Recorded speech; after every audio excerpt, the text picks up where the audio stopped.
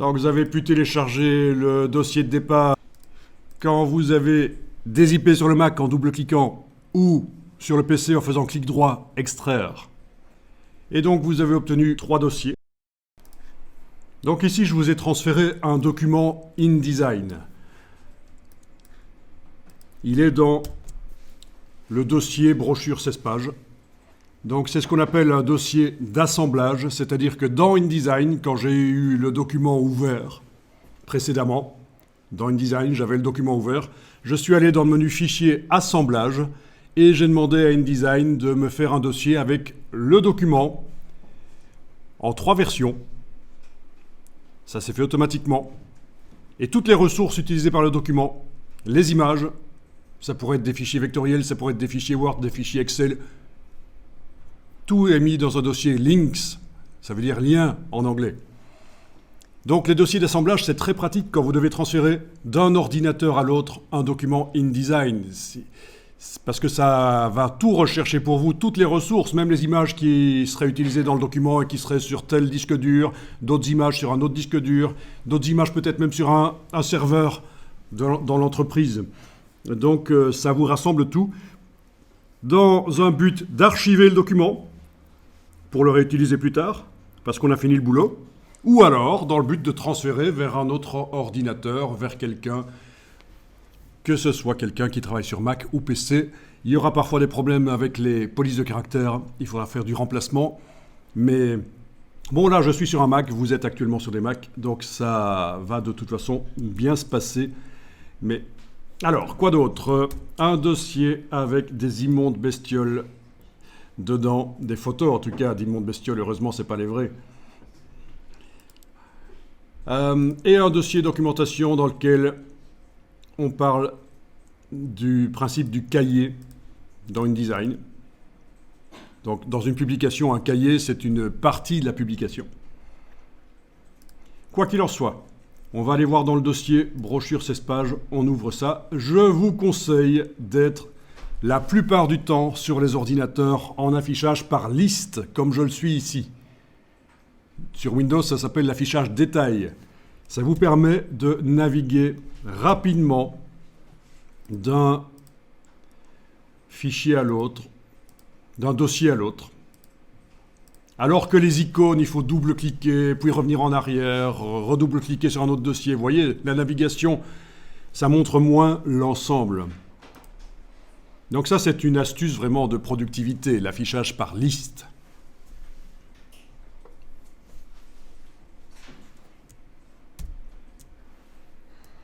Je me souviens que j'ai expliqué un jour ça à une secrétaire dans une entreprise. J'explique à mes étudiants comment afficher par liste pour naviguer rapidement d'un dossier à l'autre, parce qu'ils ont tendance à afficher par icône et ça leur prend des plombes, ça leur prend un temps fou pour arriver à trouver les fichiers et à s'y retrouver. La secrétaire a tiré une drôle de tête, parce qu'elle aussi, ça faisait des années qu'elle naviguait par icône et qu'elle se battait avec son ordinateur pour arriver à trouver les fichiers. Ah oui, donc j'ai fait une heureuse, ou une malheureuse, je sais pas. Tout dépend du point de vue et de ce qui s'est passé après. Ok, donc dossier brochure 16 pages. Donc on a le document InDesign ici, c'est pas écrit dessus, ça a été fait avec la version 2024. Vous avez la version 2023 sur vos ordinateurs, donc il est probable que si vous essayez d'ouvrir ce document 2024, il va vous proposer de faire une conversion en ligne. Il va faire appel au cloud, à condition que vous ayez bien sûr une version officielle de Adobe, ce qui est le cas. Ceux qui piratent, ça va être difficile de faire ce que j'explique là, mais la conversion va se faire de 2024 vers 2023 pour arriver à ouvrir le document dans la version 2023. Vous avez également, ça s'est fait automatiquement quand le dossier d'assemblage a été fait, vous avez également un fichier IDML qui est spécialement prévu pour tenter d'ouvrir le document dans d'anciennes versions de InDesign. Donc, je vous rappelle, ce document-ci, moi je l'ai fait dans la version 2024. Et le IDML, ce sera pour tenter d'ouvrir ça dans la 2023, 2022, etc. Il y a des risques que les choses bougent, ce n'est pas très conseillé. Il faut éviter d'ouvrir dans InDesign un document qui a été fait dans une version plus récente. À la limite, si vous êtes obligé de travailler avec des gens qui sont dans la 2023, travaillez aussi dans la 2023, même si vous avez la 2024 sur l'ordinateur. Il est possible, dans le manager d'application d'Adobe, d'installer les anciennes versions. C'est pas que la dernière version qu'on peut installer, il y a un système qui permet d'installer les anciennes versions. Comme ça, vous êtes tout à fait compatible avec la personne avec qui vous travaillez. Vous voyez, il vaut mieux, si la personne a un ordinateur trop faible et il ne peut pas installer la 2024 malgré qu'il a la licence Adobe, eh bien, vous aussi, sur votre super ordinateur qui est capable d'installer la 2024, installez la 2023, comme ça vous serez synchro. Pour le passage de fichiers, ce sera plus sûr. Vous avez également un fichier PDF qui n'est pas correct pour l'envoyer chez un imprimeur pour imprimer le document, mais c'est juste un fichier qui permet sur l'ordinateur, sur l'écran, de voir à quoi ça ressemble. Vous pouvez éventuellement l'ouvrir. Bon, ce fichier PDF a été fait en utilisant les derniers réglages d'exportation PDF que j'avais utilisés dans le InDesign qui a créé le dossier d'assemblage. Et il se trouve qu'il y a donc des traits de coupe, des barres couleurs, mais rien n'est sûr au niveau de... Oui, on n'est pas vraiment certain qu'un imprimeur saurait en faire quelque chose. C'est vraiment le PDF que le système d'assemblage fait. Il n'est pas fiable. Mais il permet de voir à quoi ça ressemble le document. Vous l'avez ouvert dans Acrobat. Donc on n'est pas dans Acrobat Reader, on est dans Acrobat Pro. Voilà le document ouvert, le PDF ouvert dans Acrobat Pro, qui vient avec la Creative Cloud. Il fait partie de la suite. Ça n'a pas toujours été le cas, mais maintenant il fait vraiment partie de la suite. Et donc lui, c'est le logiciel qui permet de modifier les PDF. Et bien sûr aussi de les visualiser, comme le Acrobat Reader, qui est gratuit, téléchargeable sur le web, le permet aussi de visualiser. Mais là, on peut aller plus loin. Alors, qu'est-ce que vous constatez quand vous visualisez ce document? Qu'est-ce qui vous vient à l'esprit? Est-ce qu'il vous paraît correct? Est-ce qu'on ne pourrait pas le visualiser un peu mieux? Est-ce qu'il n'y aura pas quelque chose qu'on pourrait faire, par exemple ici, dans Acrobat, pour que le document soit mieux vu? Je vais zoomer un peu en arrière. Voilà. Voilà, on a une vue d'ensemble vraiment sur le document.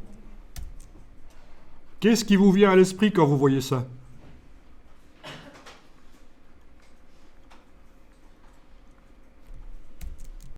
Oui, je vois que la plupart d'entre vous ont les vignettes de pages qui apparaissent. C'est là. Voilà.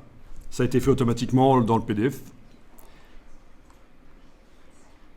Donc je vais l'afficher aussi. Qu'est-ce que vous avez d'autre qui est affiché automatiquement chez vous? Je pense que c'est tout, hein. On a vraiment deux documents similaires là.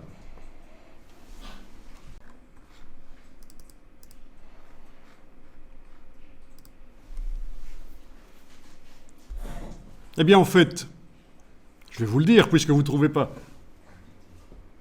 Je suis sûr qu'il y en a qui ont trouvé, mais bon.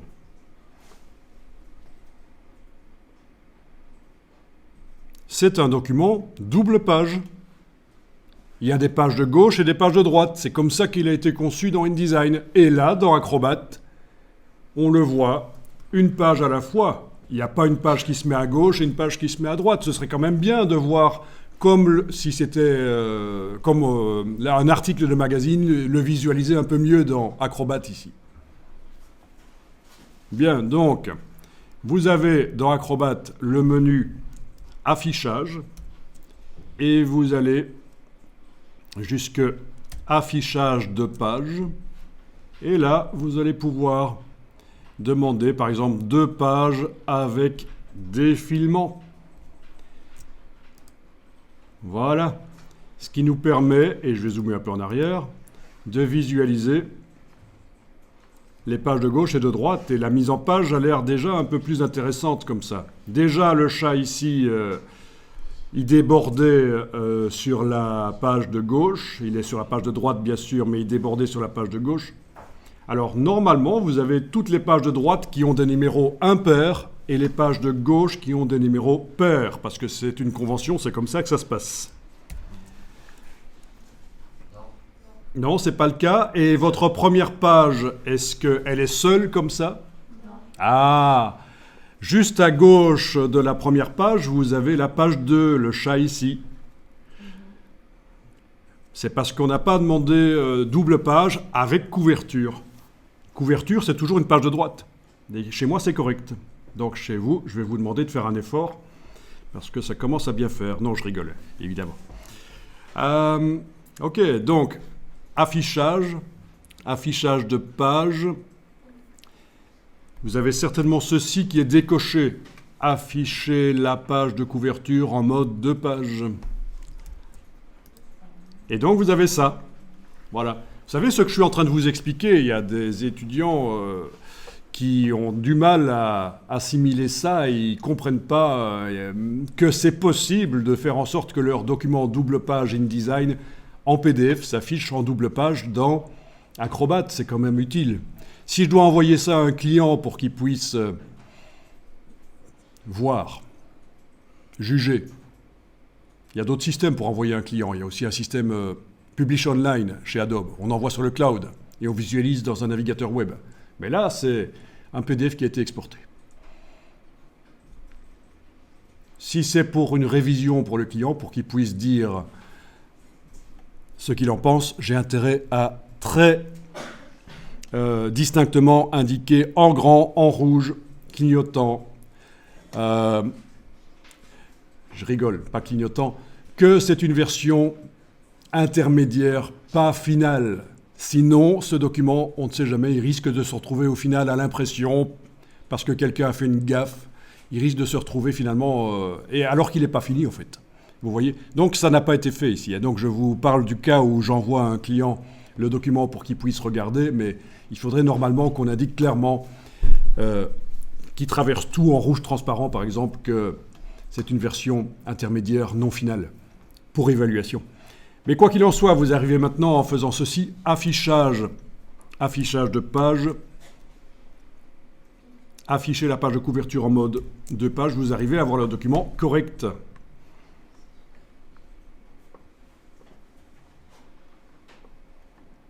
Ah, le chat ici, je vous le dis au passage, il s'appelle Max, il est dégoûtant,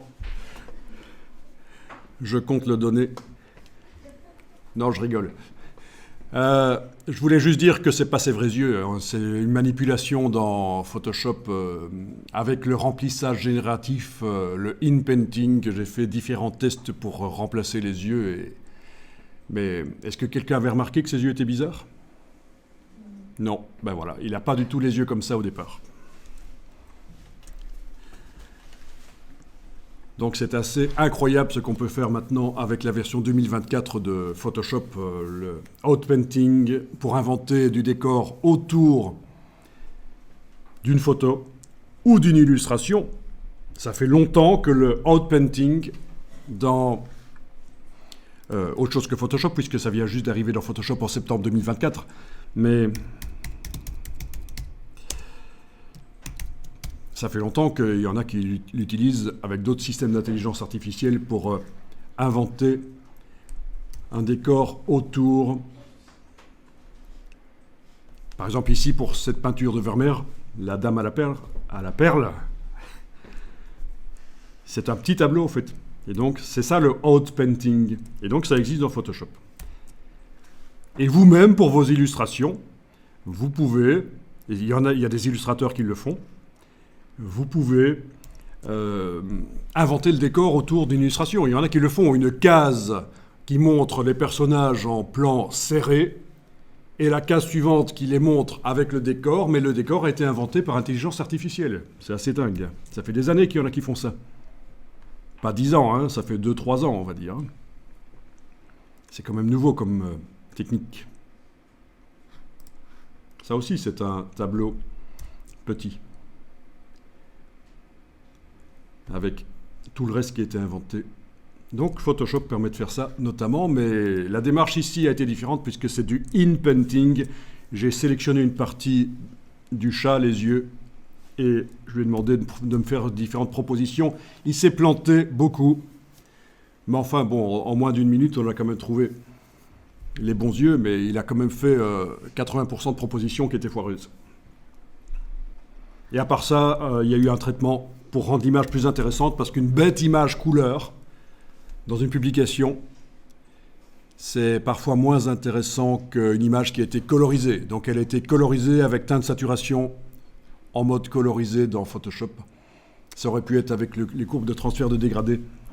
Et ça donne de l'identité visuelle. Quand vous utilisez plein d'images, plein de blocs dans la même tendance couleur, un camailleux de couleur, du brun si c'est une publication pour la chasse et la pêche, du vert si c'est pour le jardinage, tout ça, ça donne une identité visuelle à la publication. Voilà, comme ça je vous commente un peu ce qu'on voit dans la publication là, c'est des conseils de mise en page. Voilà, par un truchement dans Google, j'ai réussi à afficher des magazines qui ont une identité couleur assez forte. Donc par exemple, ceci, même si la technique d'impression permet d'imprimer autant de couleurs qu'on veut, vous voyez qu'il y a une gamme couleur dans le magazine, c'est la tendance rose, évidemment rose, un certain type de rose, un peu grisâtre, et voilà, ça donne une identité visuelle au magazine. D'ailleurs, oui, il y a du gris également, c'est rose et gris, vous voyez, et ça fait en sorte que la publication soit un objet. Ce n'est pas juste un support qui montre des images, des photos de la réalité, mais le magazine devient en soi un objet qui fait partie de la réalité. Ça paraît peut-être un peu bizarre d'entendre ça, mais quand on fait une œuvre d'art, un poster, si vous voulez que les gens aient envie de le mettre au mur en tant qu'élément décoratif, il faut que ce soit un objet en soi. Ce n'est pas juste une feuille de papier qui montre une image, une photo. Ça, c'est une grande astuce. Et la couleur, il n'y a pas que la couleur, il y a aussi la typo, c'est en soi une solution. Alors, intéressant, très noir, avec des photos de scène, un arrière-plan noir, ça convient, ça se fond, le fond de la photo se fond avec le fond de la page. Ceci dit, c'est très déconseillé de faire du texte blanc sur un fond noir, des paragraphes aussi longs, parce qu'au niveau lisibilité, c'est pas évident à lire. De 1, et de 2, il peut arriver un problème technique, c'est que l'encre du fond de la page, elle fuse dans les fibres du papier et ça rétrécit la taille des caractères blancs, puisque c'est la couleur du papier, hein, ils sont blancs parce qu'ils laissent apparaître la couleur du papier. Et donc, on peut avoir des problèmes techniques comme ça. Donc, c'est déconseillé pour 2 raisons. Ok. Très intéressant, avec ces transparences sur les titres en plus. Donc, rouge et jaune grisâtre.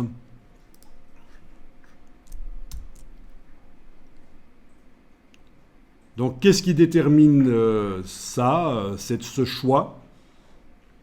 C'est la charte graphique, en fait. Hein. Dans la charte graphique du magazine, on indique quelles sont les couleurs qui vont devoir être utilisées principalement. Donc, c'est un design qui se fait avant même de rédiger le texte et de mettre les photos.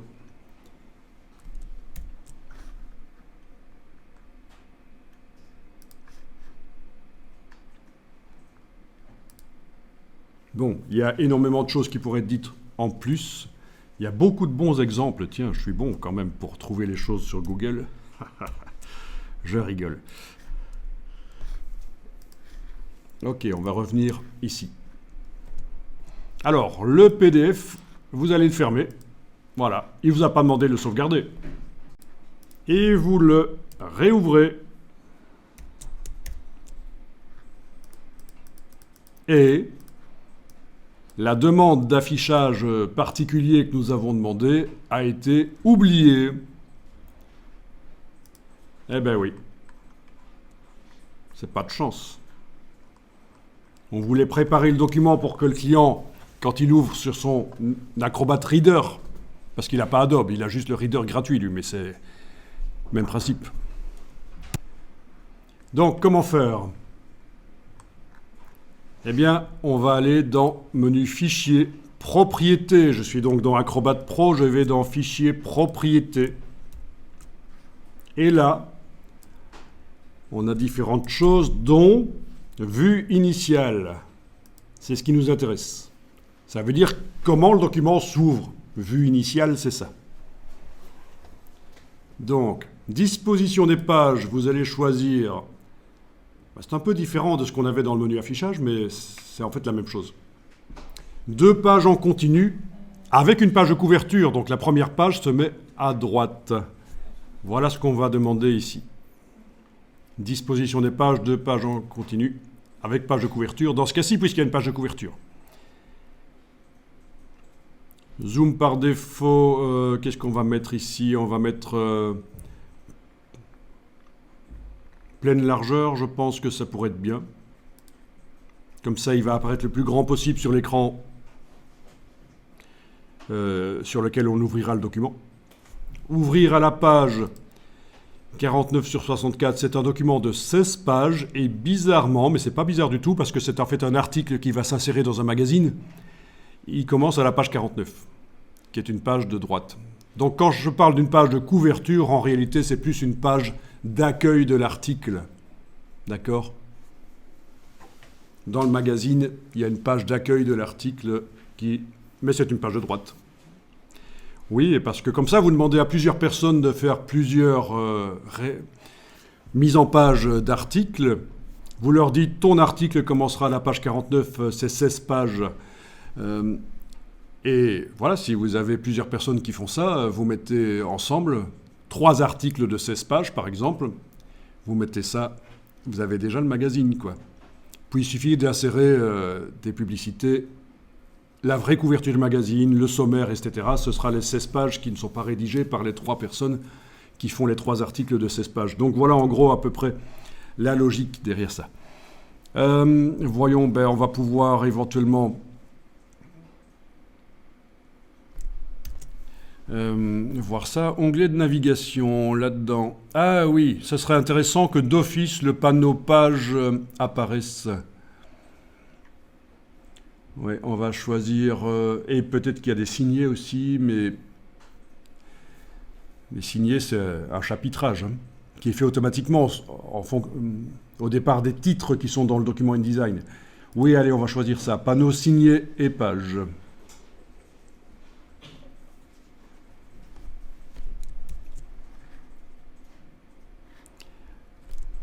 Vous avez ici une option ouvrir en mode plein écran. Je ne la conseille pas, sauf si vous faites du PDF interactif.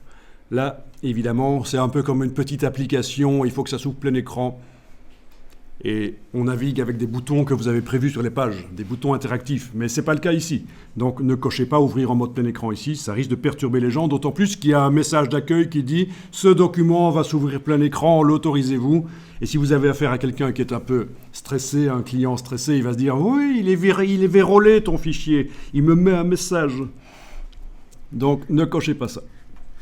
Alors on va faire fichier enregistré sous. Voilà, on va naviguer avec sélectionner un autre dossier, vous l'avez vu. D'abord, il faut être avec la... Oui, vous avez là une grande page. Oui, là, il n'y a pas de problème. Ce n'est pas la boîte d'enregistrement habituelle du Mac, où il faut cliquer sur une petite flèche pour avoir la grande version de la boîte. Donc là, vous avez d'office tout. Vous cliquez sur sélectionner un autre dossier.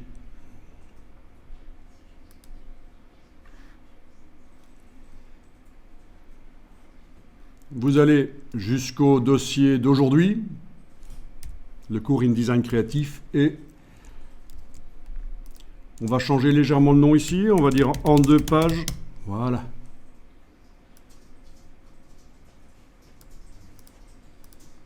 C'est la présentation en 2 pages, voilà, arbitrairement j'ai choisi de l'appeler comme ça. Donc c'est au format PDF, bien entendu. Ah oui, vous voyez au passage qu'il y a possibilité de l'enregistrer au format Word. Ah, super astuce. InDesign n'est pas capable d'exporter le document en version Word si quelqu'un vous demande la version Word. Et donc l'astuce, si on vous demande de fournir au départ de votre document InDesign un fichier Word, ce sera d'exporter en PDF au départ de InDesign, de l'ouvrir dans Acrobat et d'enregistrer en Word. Donc comme ça, je vous le dis au passage, parce que si vous ne connaissez pas l'astuce, vous allez devoir utiliser des convertisseurs de PDF vers Word en ligne, envoyer votre PDF par le web et vous le recevez la version Word. Mais non, vous pouvez faire ça en interne, en local. Simplement exporter le PDF au départ de InDesign, l'ouvrir dans Acrobat Pro et l'enregistrer au format Word. Moi, c'est quelque chose que j'ai fait souvent parce que pour des raisons contractuelles, je devais fournir un fichier Word. Et je déteste Word. Pour moi, c'est bien pour faire du secrétariat, mais de la mise en page, c'était un peu chipot. Donc, j'ai jamais vraiment appris Word. Et donc, par ce truchement, j'arrivais à fournir des documents Word sans problème. Je faisais dans InDesign, exporter en PDF, ouvrir dans Acrobat Pro, enregistrer en Word. Mais donc ici, non, c'est bien un PDF qu'on continue à enregistrer. Il n'y a pas de problème. Quand vous êtes avec un nom long comme ça dans un cartouche, vous pouvez voyager avec les flèches de droite et de gauche sur le clavier. Donc, je vais vous montrer sur mon clavier virtuel pour ceux qui ne voient pas de quelle flèche je parle. Je parle de ces flèches-ci, celle-là et celle-là. De droite et de gauche. Ben oui, ça paraît évident pour certains, mais peut-être que certains découvrent ici. Et les flèches haut et bas vous amènent au début ou à la fin. Ah, ça c'est peut-être une découverte pour certains. Donc c'est pratique, hein. Voilà. Alors, vous enregistrez, vous fermez, et on va voir ce qui se passe si on réouvre le document. Donc, celui que j'ai renommé en 2 pages. Voilà. Et bien voilà. Du coup, ça marche. Il y a juste un problème, c'est que j'avais demandé pleine largeur et que la première page est 2 fois moins large que les pages suivantes ensemble. Et donc, il a fallu que je zoome en arrière, c'est peut-être pas l'idéal. Mais ça marche.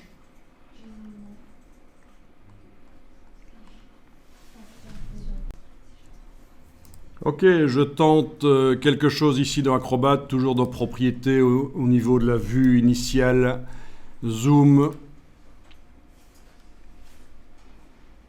Ouais, je vais faire zoom par défaut. Ok. Fichier enregistré, fermé, réouvrir. Voilà. Et là, ça va, j'ai pas dû zoomer en arrière, vous avez vu. Hein. Dès que j'ai ouvert, la page de couverture seule s'est mise au centre. Et dès que je scrolle, elle va à droite parce que c'est une page de droite. Et les 2 autres pages sont vues en entier. Et si je redimensionne l'Acrobat, elle se redimensionne avec. Donc c'est mieux. Vue initiale par défaut, ce ne sera pas plus mal. Alors c'est également ici que vous avez la possibilité d'aller modifier d'autres choses.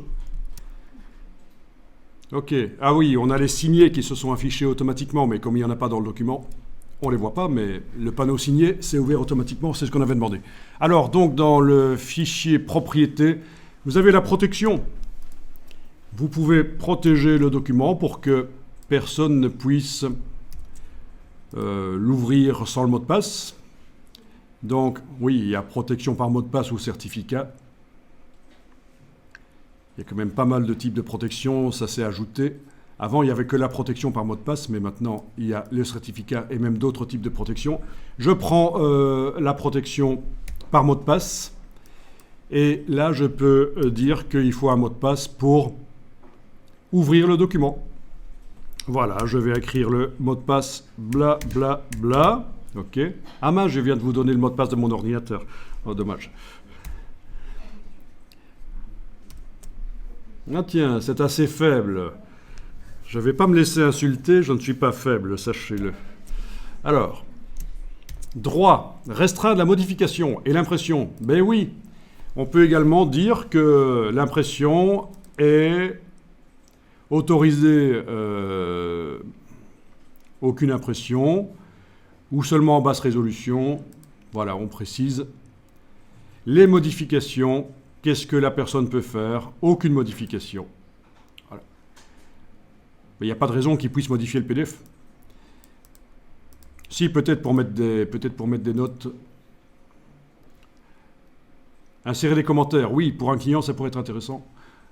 Peut-être. Donc à voir. Quoi qu'il en soit, si c'est juste pour qu'il le regarde, je n'autorise pas l'impression peut-être, ou peut-être... si, oui, en haute résolution, ok. Par contre, pas de modification. Il ne peut pas copier le texte, les images et les contenus pour les transférer ailleurs. Voilà. Mot de passe pour la modification des droits. Je vais dire rebla, voilà. On va essayer ça. Cliquez sur OK et... Ah, le mot de passe d'ouverture du document, oui. OK. Il me demande pour vérifier que je m'en souviens bien. OK, c'était blablabla chez moi. Et alors vous allez enregistrer sous un autre nom. Ah oui, il me demande aussi le mot de passe pour la modification apparemment. Ok, c'était rebla, voilà. Ok. Ok, voilà. Ok, et j'enregistre et je vais indiquer cette fois-ci qu'il y a un mot de passe.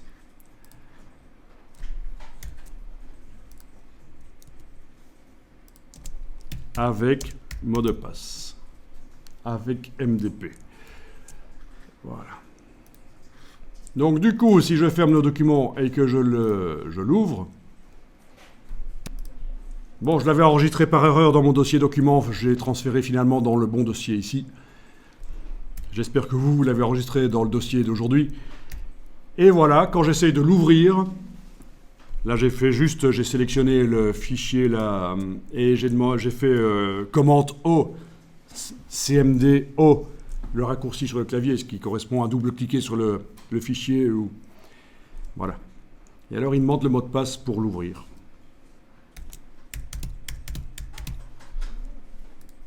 Voilà. Bien.